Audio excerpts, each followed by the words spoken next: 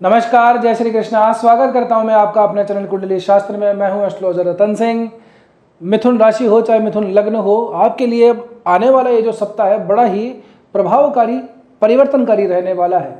विवेकशीलता की ये मांग होती है कि जब बुरा समय हो तब थोड़ा सा सावचेत सावधान कर लेना चाहिए, लेकिन जब अच्छा समय आए तो उसकी भी प्रशंसा करनी चाहिए। आपके लिए समय अभी तो अच्छा ही चल रहा है, आपके ग्रह गोचरों के अनुसार तो अच्छा ही समय चल रहा है। वह व्यक्तिगत पत्रिका के अंदर क्या कहानी है इसका हमें कोई अंदाजा नहीं है।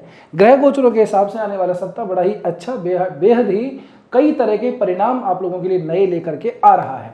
सबसे पहले शुरू कर लेते हैं सूर्य से। सूर्य क्योंकि आप लोगों के लिए पराक्रम भाव, मेहनत भाव के स्वामी बनते हैं।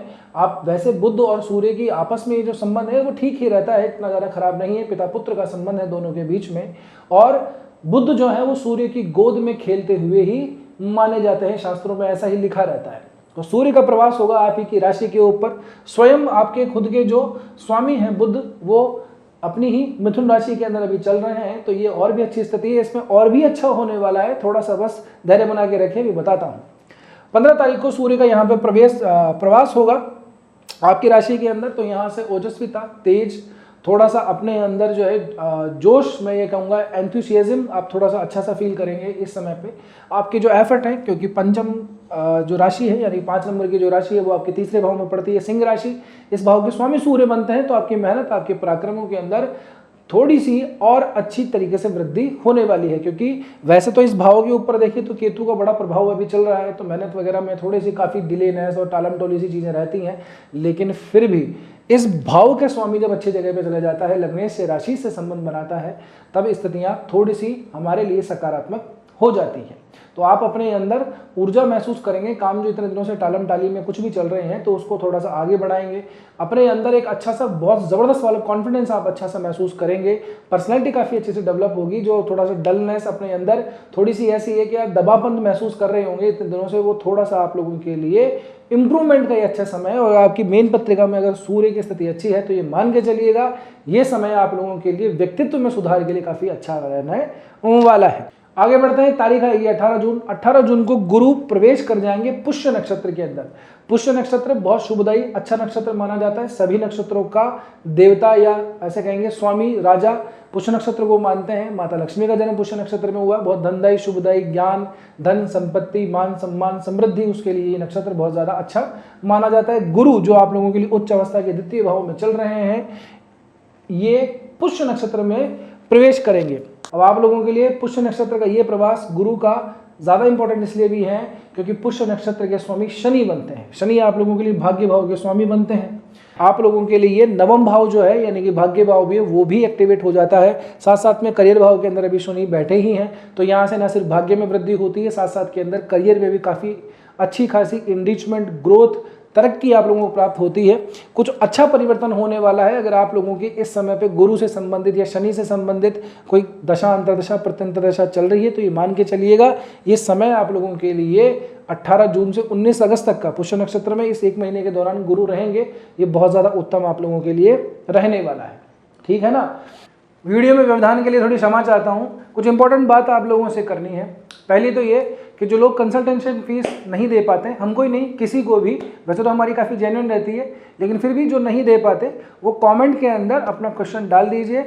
Q&A सेशन हम ज़रूर से लेते हैं, तो उसके अंदर आपके प्रश्न को ले लिया जाएगा। जिस डिटेल में आप अपना प्रश्न लिखेंगे उसी डिटेल में आपको आपके प्रश्न का उत्तर मिल जाएगा। दूसरी बात ये, जो भी सामान्य रूप से आपको उपाय बताए जाते हैं वीडियो के अंदर, वो एक जनरल उपाय होते हैं। आपके लिए विशेष रूप से किस ग्रह से संबंधित क्या परेशानी है, उसके क्या उपाय करने चाहिए, ये पत्रिका देखने के बाद ही निर्धारित किया जा सकता है। तीसरी बात, अपनी स्वयं की पत्रिका एक बार जरूर से देख लीजिए। उसमें ग्रह से, किस ग्रह से संबंधित महादशा, अंतरदशा, प्रत्यंतरदशा चल रही है, उनसे संबंधित ग्रह गोचर को लगाया कीजिए। अब चाहे आप मासिक फल देखिए, ग्रह गोचर देखिए, चाहे आप वर्ष का फल देखिए, बस इतना ही। बाकी अब आप आगे वीडियो एंजॉय कर सकते हैं। और आगे बढ़ते हैं। इसी 18 जून के दिन आप लोगों के लिए जो लग्नेश आपके राशि बनते हैं वो बुध महाराज आपके एक तो खुद की राशि में बैठे हुए ही हैं, साथ में 18 जून को वर्गोत्तमी हो जाएंगे। वर्गोत्तमी का अर्थ ये है कि जब नवमांश में देखेंगे तो बुध मिथुन राशि में ही मिलेंगे, यानी कि राशि में वर्गोत्तमी हो गए। तो ये बहुत ज़्यादा शुभदायी, बहुत ज़्यादा इम्पैक्टफुल हो जाता है ऐसे समय पे कोई भी ग्रह। तो आप लोगों के लिए 18 जून से लेकर 21 जून का जो समय है ये बहुत ज़्यादा और भी अच्छा रहने वाला है, क्योंकि आपके लग्नेश केंद्र के स्वामी, चौथे भाव के स्वामी बुध भी वर्गोत्तमी हो रहे हैं। गुरु जो हैं वो भी आप लोगों के लिए पुष्य नक्षत्र में जा रहे हैं और 1 महीने के लिए जा रहे हैं। आपकी खुद की लग्न, आपकी खुद की राशि के ऊपर सूर्य का प्रवास हो रहा है, तो कॉन्फिडेंस, पर्सनैलिटी में भी ग्रोथ हो रही है। तो और क्या चाहिए, धन में वृद्धि हो रही है, भाग्य में वृद्धि हो रही है, करियर में ग्रोथ हो रही है।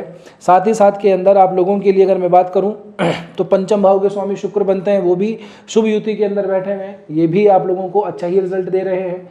तो अब फिर जीवन में चाहिए क्या, सावधानियां लेकिन कुछ रखनी जरूरी है। क्या होगा, 20 जून का समय आएगा। 20 जून को मंगल जो है आप लोगों के लिए अभी अपनी खुद की मूल त्रिकोण की राशि 11वें भाव के अंदर बैठे हैं, मंगल आगे शिफ्ट कर रहे हैं 12वें भाव के अंदर। अब यदि मंगल का प्रभाव आपके जीवन में भी चल रहा है कहीं पे भी, दशा, महादशा, प्रत्यंतर दशा कहीं पे भी, तो थोड़ा सा अब आप लोग थोड़ा सावचेत हो जाइए। कारण मंगल यहाँ से चौथी दृष्टि डालेंगे कहाँ पे, तीसरे भाव के ऊपर। मंगल यहाँ से 7 दृष्टि डालेंगे अपनी खुद की राशि छठे भाव के ऊपर, और 8 दृष्टि डालेंगे सप्तम भाव के ऊपर। मंगल की वजह से थोड़ी बहुत परेशानी आ सकती है। किन को नहीं आएगी, जिन लोगों का एक्सपोर्ट इंपोर्ट का काम है, बाहर से संबंधित कोई काम करते हैं, विदेशों में उनका सामान आता जाता है, या फिर स्वयं विदेशों में रहते हैं, मूल नागरिकता वहाँ की लेना चाह रहे हैं या जाना भी चाह रहे हैं, वहाँ पे काम कर रहे हैं, उनके लिए थोड़ा बहुत ये समय ठीक रहेगा। खास करके उन लोगों के लिए जो जाना चाह रहे हैं और साथ ही साथ में मंगल से संबंधित कोई भी उनकी दशा आने वाले समय में आ रही है, उन लोगों के लिए फिर भी थोड़ा सा शुभदायी रहने वाला है। इसके अतिरिक्त अगर आप वैसे देखेंगे तो थोड़ी सी आकस्मिक यात्राओं से बचिएगा, अनावश्यक खर्चे करने से बचिएगा, क्योंकि यहाँ पे मंगल जो है प्रभावित होंगे शनि से, सीधे सीधे शनि की तीसरी दृष्टि मंगल के ऊपर आ जाएगी। तो यहाँ से शनि से मंगल प्रभावित होंगे, थोड़ी डलनेस, आलस, इस चीज़ों का फील भी लोगों को व्यक्तिगत हो सकता है। खास करके काम की वजह से कुछ बाहर जाना हो रहा हो तो उसमें थोड़ा सा डिले आदमी का ज़रूर से हो जाता है। मंगल खुद अपनी जो मित्रों की राशि है, एक तो धनु राशि और साथ में सिंह राशि, इसके ऊपर भी दृष्टि बना रहे हैं। तो यहाँ से इन राशियों को थोड़ा सा बल मिल ही रहा है। इसलिए मैंने आप लोगों को कहा कि थोड़ा सा मेहनत, पराक्रम, कुछ भी आप जो कर रहे हैं उसके अंदर ग्रोथ तो होगी, लेकिन साथ ही साथ के अंदर इन ग्रहों की जो आप लोगों के लिए कारक नहीं बनते, उनकी दृष्टियाँ आ जाना अनावश्यक रूप से उन चीज़ों के अंदर ऐसी चीज़ फंसा सकती है कि आप गए अच्छे काम के लिए, बात बनते बनते बिगड़ गई। यानी कि आपने कुछ बोला, सामने वाले को बुरा लग गया, आपने प्रयास किस दिशा के अंदर किया लेकिन काम किसी दूसरी दिशा में चला गया, काम थोड़े से अटक गए। ये स्थितियां थोड़ी सी आती है क्योंकि तीसरे भाव के अंदर केतु वर्तमान में चल ही रहे हैं। अब सप्ताह के अंदर जो आखिरी के 2 दिन आएंगे 20 और 21 जून के, तब चंद्रमा यहाँ पे प्रवास करेंगे, चंद्रमा और केतु का मिलन होगा। यहाँ पे थोड़ी सी हमें प्रयासों के अंदर समस्याएं दिखाई देती हैं, ठीक है ना। चंद्रमा और केतु मिलन जब होता है तो सामान्य रूप से ऐसा होता है कि व्यक्ति लॉजिकली थोड़ा सा कम जाता है, इंट्यूशनली थोड़ा सा ज़्यादा चला जाता है। यानी कि आपके डिसीजन, आपके एफर्ट, आपके काम, आपकी मेहनत, आपकी जो पराक्रम है वो दिशा से थोड़ी सी भटक सकती है। तो थोड़ा सा ध्यान रखिएगा इस समय पे। शुभ समय 18-19 जून का है, जब 3 शुभ ग्रह एक साथ बैठेंगे। गुरु और चंद्रमा का मिलन हो रहा है, साथ साथ के अंदर एक गुरु, एक शुक्र और एक चंद्र, 3 शुभ ग्रह धन भाव के अंदर, संपत्ति भाव के अंदर वहां पे विराजित होंगे तो शुभ फल देंगे, चिंता करने की बात नहीं है। ये जो राशि है ये स्वयं चंद्रमा की बनती है, अपनी राशि में आकर के चंद्रमा ठीक ही फल देंगे। बुध और चंद्रमा की आपस में नहीं बनती है, लेकिन फिर भी अपने भाव में आकर के ग्रह जब कोई आता है तो वो अच्छा ही फल देता है, डरने की, चिंता करने की कोई बात नहीं है। साथ में गुरु और चंद्रमा के मिलन, ये भी बहुत ज़्यादा शुभदायी रहेगा। तो ये समय जो है आप लोगों के लिए संपत्ति बनाने का है। अपने परिवार के अंदर अच्छा कोई भी बड़ा कोई आयोजन हो रहा हो तो उसमें सम्मिलित हो रही है, खुद आगे से करवा रहे हैं तो उसका फल आप लोगों को निश्चित रूप से मिलेगा ही मिलेगा।